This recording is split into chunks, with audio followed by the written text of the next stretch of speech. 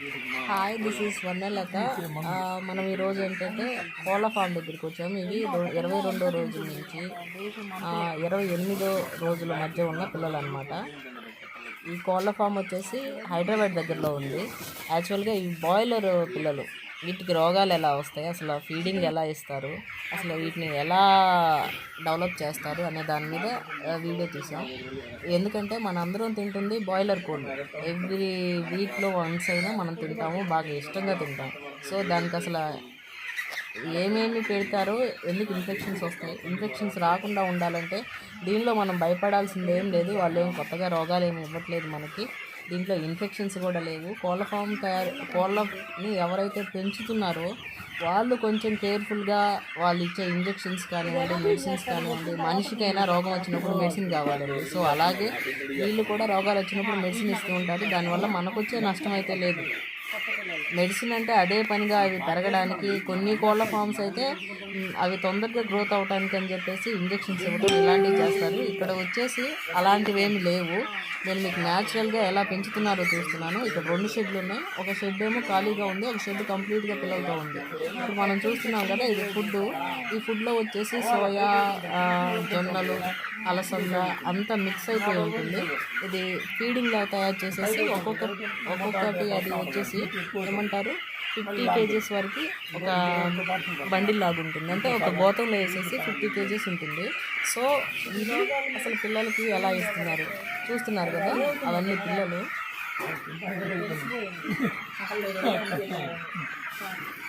ఈ బెడ్ ఎలా తయారు చేస్తారంటే ఫస్ట్ ప్లెయిన్గా ఉంటుంది. మామూలుగా ఒక మట్టితో ఉన్నది ఎలా ఉంటుంది, సేమ్ అలా ఉంటుంది. అలా ఉంటుంది.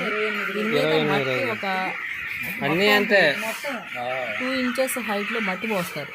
ఎందుకంటే వీటికి ఏం రోగాలు రాకుండా బెడ్ తయారు చేస్తారన్నమాట. 2 inches హైట్లో బెడ్ తయారు చేసేసి, బెడ్ తయారు చేసిన డిపెండ్స్ ఆన్ ఏరియా అనమాట. 2 inches, 1.5 inches, 1 inch అలా పోస్తారు. మట్టి పోసిన తర్వాత దాని మీద వరి పొట్టు దొరుకుతుంది కదా మనకి, ఆ వరి పొట్టును లేయర్లా చేస్తారనమాట.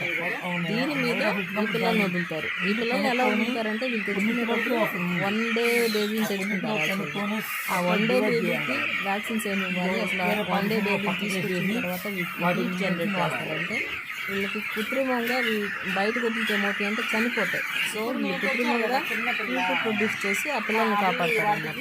అదేవిధంగా ఈ బెడ్ ఏదైతే తయారు చేశారో ఇది డైలీ మోషన్కి అనేవి వెళ్తుంటాయి కదా, అంటే వాటి రెట్ కానివ్వండి అవి ఉంటాయి కదా.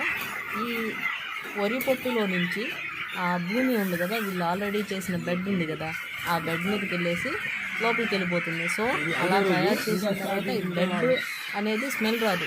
నేను ఈ కోళ్ళ ఫామ్లో ఆల్మోస్ట్ 2 hours ఉన్నాను. నాకు కనీసం ముక్కు మూసుకోవాల్సిన అవసరం కూడా రాలేదు, స్మెల్ లేదనమాట.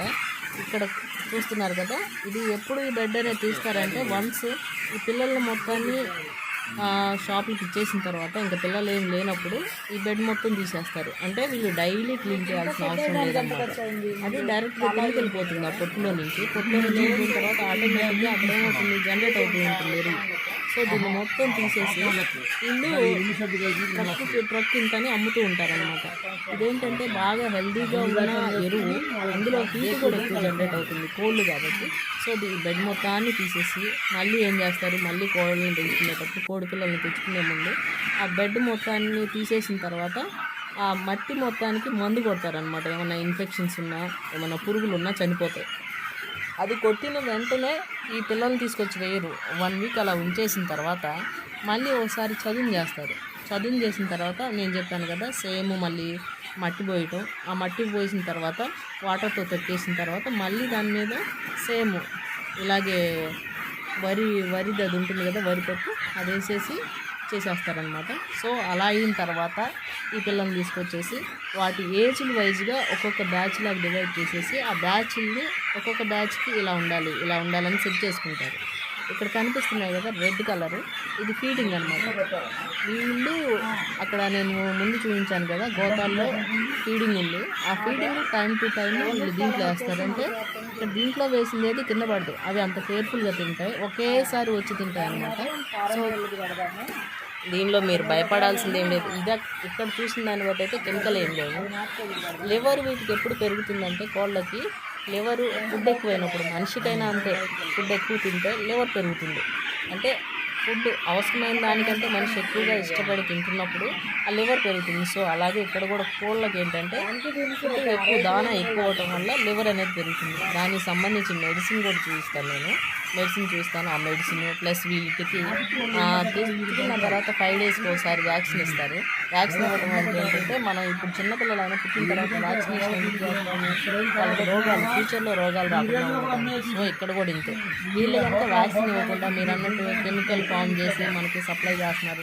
వ్యాక్సిన్ ఇవ్వకపోతే మనందరం రోగాల బారిన పడి రోజుకొక చనిపోతాం అనమాట. సో ముఖ్య రోగాలు అనేటివి అంటే ఎక్కువగా మూత్ర విసర్జించేవి అలాంటివి చేస్తున్నప్పుడు ఒక మనిషి బాగోపోతే ఎలా పండుకుంటాడు పక్కన, సేమ్ అలాగే ఇక్కడ కూడా సేమ్ బాగపోతే వెళ్ళి ఒక పక్కన పండుకుంటాయి అనమాట. సో అలా పక్కన ఉన్న డల్గా ఉన్న వాటిని తీసుకెళ్ళి మళ్ళీ వీటితో కలపరు అనమాట. వీటికి ఇన్ఫెక్షన్స్ త్వరగా వస్తాయి కాబట్టి ఉంటాయి కాబట్టి సో వాటిని సపరేట్ చేసి వాటికి వ్యాక్సిన్ ఇచ్చేసి మిగిలిన వాటికి ఇంకా వ్యాక్సిన్ రాకుండా వ్యాక్సినేషన్ చేస్తారు. సో అలాగే కేర్ఫుల్గా ఎవరైతే ఫార్మ్స్ పెట్టాలనుకున్నారో బాయిలర్ ఫార్మ్స్ నష్టమేమి కాదు, మీరు ఎంత కేర్ఫుల్గా ఉంటే అంత బాగా వస్తుంది. ఇక్కడ మీరు ఇంకొకటి తెలుసుకోవాల్సింది ఏంటంటే ఫీడింగ్ అనేది పర్ఫెక్ట్గా ఇవ్వాలి, వాటికి వాటరింగ్ ఇవ్వాలి. సమ్మర్లో హీట్ బాగా వస్తుంది కాబట్టి ఆ హీట్ నుంచి కాపాడటానికి ఎవ్రీ 1 అవర్కి ఒకసారి వీటికి వాటర్ సప్లై అంటే అదే పక్కన మెస్ లాగా ఉన్నాయి చూడండి, ఏమంటారు గోడలాగా మెస్ టైప్లో గోడలాగా ఉన్నాయి కదా, వాటికి గోనె పట్టలు కానీ లేకపోతే వాటర్ కానీ వేసేసి దానికి వాటర్ అనమాట. అంటే వాళ్ళ ఫ్లోర్ ఏదైతే ఉందో పైప్ నుంచి పైపులు పెట్టుకొని ఆ పైపు డైరెక్ట్గా నాటి పడేటట్టు వాళ్ళు ప్లాన్ చేసుకుంటారు. ఎవ్రీ 1 అవర్కి ఒకసారి కొడతారనమాట. అవగానే అవన్నీ పైకి తీసేస్తారు. గాలి అయితే వెళ్ళాలి వీటికి. ఇంకొకటి వింటర్ సీజన్లో చలి ఉంటుంది కాబట్టి ఎప్పుడైతే మంచు ఎక్కువ గోనె పట్టలు లాంటివి ఉంటాయి, ఆ గోనె పట్టలు చుట్టూరు కవర్ చేస్తారు. దాన్ని వింటర్ సీజన్లో కవర్ చేయటం వల్ల అది వెచ్చగా ఉంటుంది. వెచ్చగా ఉంటే ఏమవుతుంది, కోడి పిల్లకి వెచ్చదనం కావాలి. అలానే సమ్మర్లో ఉన్నంత హీట్ అయితే అప్పటికప్పుడు బయట టెంపరేచర్ని చూసుకుంటూ వీటికి కావాల్సిన టెంపరేచర్ ఇచ్చుకుంటూ వీటికి ఏమైనా రోగాలు వస్తూ ఆ రోగాలు రాకుండా కాపాడుకుంటూ, ఎందుకంటే ఇది ఫుడ్ కిందకు వస్తుంది. ఈ ఫుడ్ అనేది హెల్తీగా ఇస్తే మనకి చికెన్లో ఉన్న కొన్ని అవి ఉన్నాయి కదా, విటమిన్స్ కానివ్వండి, ప్రోటీన్స్ కానివ్వండి, చాలా మనిషికి ఇంపార్టెంట్.